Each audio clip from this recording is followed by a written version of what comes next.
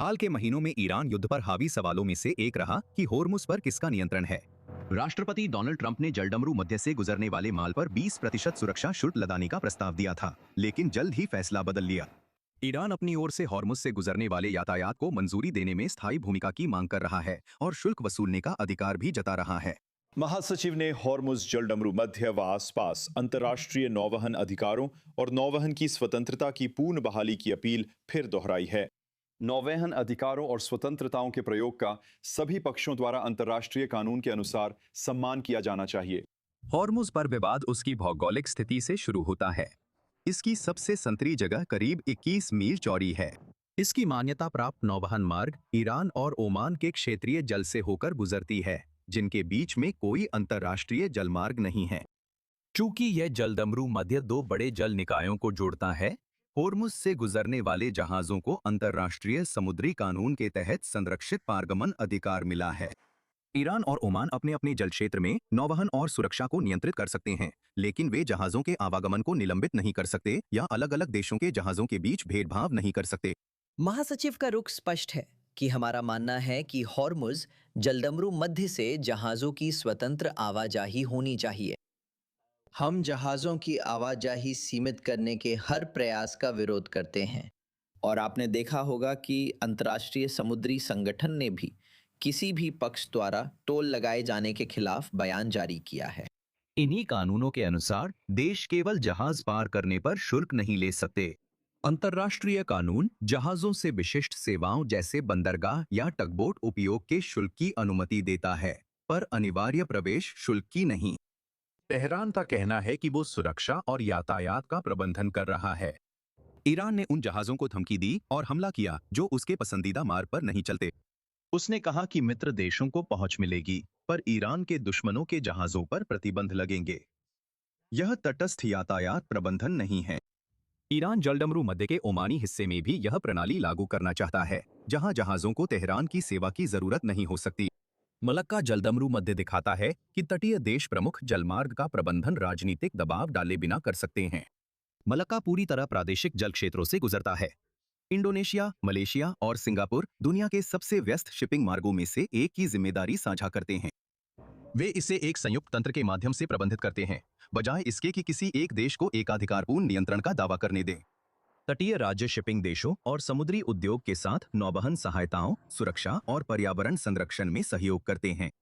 अन्य सरकारें उन परियोजनाओं का समर्थन करने के लिए धन या उपकरण प्रदान कर सकती हैं। लेकिन सबसे महत्वपूर्ण बात यह है कि ये योगदान स्वैच्छिक होते हैं। ईरान शायद उस मॉडल का अलग रूप चाहता है। यह होर्मुज के प्रबंधन के लिए अंतर्राष्ट्रीय मान्यता और धन चाहता है, साथ ही मित्र जहाजों को प्राथमिकता व शत्रु देशों पर दबाव की शक्ति भी चाहता है। इससे तेहरान को अंतर्राष्ट्रीय समझौते के लाभ मिलेंगे, बिना उस साझा नियंत्रण या समान पहुंच के जो मलक्का प्रणाली को कामयाब बनाती है। तुर्की जलडमरू मध्य बताता है कि तटीय देश कैसे विशेष अधिकार पा सकते हैं। तुर्की 1936 की मॉन्ट्रेक्स संधि के तहत बॉस्फोरस और डार्डानेल्स का प्रबंधन करता है। ये समझौता वाणिज्यिक जहाजों को गुजरने और तुर्की को युद्धपोतों पर अधिकार देता है। ये कुछ खास सेवाओं पर शुल्क लेने की अनुमति भी देता है। तुर्की का अधिकार अंतर्राष्ट्रीय संधि से स्थापित हुआ था। इस संधि में शुल्क, युद्ध नियम और तुर्की नियंत्रण की सीमाएं तय की गई हैं।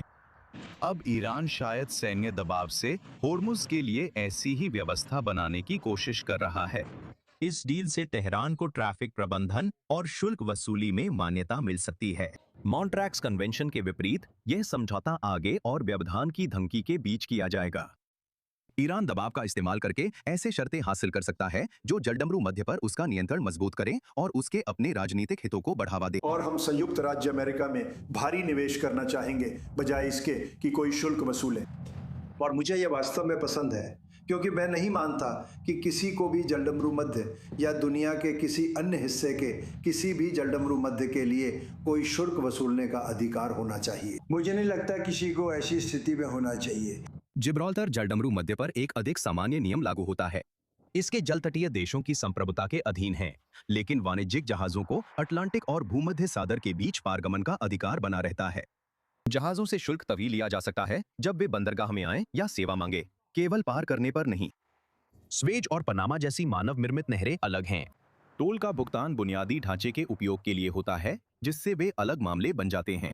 ट्रंप के प्रस्ताव में संक्षेप में यह सुझाव दिया गया था कि सैन्य सुरक्षा को अनिवार्य ट्रांजिट शुल्क में बदला जा सकता है। इससे पारंपरिक अमेरिकी स्थिति बहाल हुई कि अंतर्राष्ट्रीय जलडमरू मध्य बिना टोल खुले रहें। ईरान हॉर्मुज पर अपने बढ़े हुए नियंत्रण को औपचारिक रूप देने की कोशिश कर रहा है, जिससे अमेरिका से बातचीत में बड़ी बाधा सामने आई है।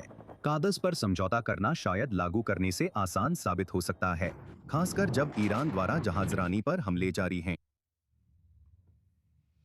और आज रात की चेतावनी ये है कि दुनिया के पास होर्मुज जलडमरू मध्य को पूरी तरह से फिर से खोलने के लिए केवल कुछ हफ्ते हैं, महीने नहीं, वरना उसे एक बार फिर वैश्विक आर्थिक संकट का सामना करना पड़ सकता है।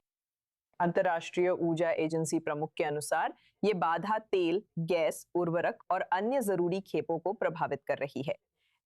समृद्ध अर्थव्यवस्थाएं कुछ समय दबाव झेल सकती हैं, लेकिन भारत, पाकिस्तान और बांग्लादेश जैसे एशियाई देश शायद ना कर पाए। हमारे साथ जुड़ रही हैं जीना कोहेन, पूर्वी भूमध्य सागर की प्राकृतिक गैस विशेषज्ञ। जीना, i24 न्यूज इंग्लिश पर हमारे साथ होने के लिए धन्यवाद। यहाँ आईईए की चेतावनी है कि दुनिया के पास होर्मुज जलडमरू मध्य खोलने के लिए सिर्फ हफ्तों का समय है, महीनों का नहीं। लेकिन सबसे पहले किन देशों को प्राकृतिक गैस की सबसे बड़ी कमी का सामना करना पड़ेगा? ये वास्तव में कहाँ सबसे ज्यादा मायने रखता है? असल में सबसे बड़ी कमी एशिया में ही है, क्योंकि एशिया को अपनी ज्यादातर गैस, शायद लगभग 80% गैस इसी जलडमरू मध्य से मिलती है। यूरोप को केवल 8% गैस इसी जलडमरू मध्य से मिलती है। जलडमरू मध्य से निकलने वाला अधिकतर तेल एशिया जाता है, तो ये एक बहुत बड़ी समस्या है। स्वेज के पूर्व या हॉर्मुजिस के पूर्व के सभी देशों के लिए ये समस्या हॉर्मुजिस के पश्चिम के देशों की तुलना में कहीं ज्यादा है। मुख्य समस्या ये है कि युद्ध अब लगभग 5 महीने से चल रहा है, जिससे तेल के भंडार कम हो गई हैं। युद्ध की शुरुआत में जब ये 28 फरवरी को शुरू हुआ था, तब बहुत बड़ी मात्रा में भंडार था। देशों ने अपने भंडार जारी किए, जिसमें अमेरिका भी शामिल है, जिसने अपना भंडार जारी किया। अब ये भंडार बहुत कम रह गए हैं। जैसे अमेरिका में सिर्फ करीब 319 मिलियन बैरल तेल का भंडार बचा है। इसे पूरी तरह खत्म नहीं कर सकते, क्योंकि भंडारण संरचनाओं की सुरक्षा के लिए लगभग 150 मिलियन बैरल चाहिए, ताकि सब कुछ ढह न जाए। तो हाँ, आई एक बड़ी चेतावनी दे रहा है कि हमारे पास सिर्फ कुछ ही हफ्तों का उपलब्ध भंडार और आपूर्ति बची है। उसके बाद कई देश बहुत बहुत बुरी तरह से प्रभावित हो सकते हैं। तो क्या कोई विकल्प है? आप भी पूर्वी भूमध्य सागर पर ध्यान केंद्रित करते हैं। क्या वे खाड़ी गैस की जगह ले सकते हैं, या फिर दुनिया के बाकी हिस्सों में आपूर्ति इतनी सीमित है कि इस खालीपन को भरना संभव ही नहीं है? खैर, दुर्भाग्यवश और सौभाग्यवश, क्योंकि भविष्य में पूर्वी भूमध्य सागर से गैस की आपूर्ति पर चर्चा है कि वो तेल नहीं बल्कि भविष्य में कुछ गैस की आपूर्ति की भरपाई कर सकता है। लेकिन ऐसा होने के लिए आपको नई पाइपलाइनों का निर्माण करना होगा। एक परियोजना जिसे कुछ साल पहले ही शुरू किया गया था और जिसे फिर से आगे बढ़ाया जा सकता है या दरकिनार किया जा सकता है, यह बहुत हद तक इस बात पर निर्भर करता है कि इजराइल इस मुद्दे को कैसे संभालता है। वह परियोजना आईएमएक कहलाती है। इसका उद्देश्य भारत, सऊदी अरब, अमीरात, जॉर्डन, इजराइल को यूरोप से जोड़ना है। इसके लिए आपको सऊदी अरब की सहमति चाहिए। अगर यह आगे नहीं बढ़ता तो परियोजना दरकिनार होकर उत्तर में सीरिया, तुर्की की ओर जा सकती है और इजराइल को छोड़ सकती है। इजराइल को पूरी ताकत लगानी होगी और बहुत सक्रिय रहना होगा ताकि परियोजना पूरी हो सके।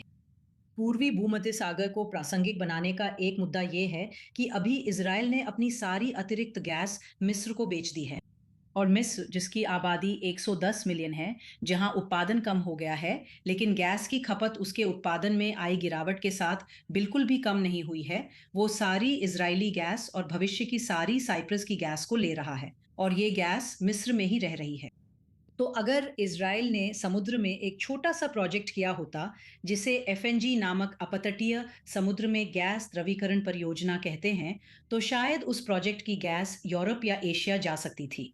लेकिन हम अभी वहां नहीं पहुंचे हैं, और अब हम इन मुद्दों पर फिर से विचार कर रहे हैं। हम फिर से सोच रहे हैं कि क्या हमें अपनी सारी उम्मीदें मिस्र के बाजार पर ही टिकानी चाहिए, या फिर हमें कोई और तरह का प्रोजेक्ट करना चाहिए ताकि हम फिर से ज्यादा महत्वपूर्ण बन सके। कड़ी चेतावनी, और ये सुनना भी दिलचस्प है कि इजराइल इस भविष्य में कैसे भूमिका निभाता है।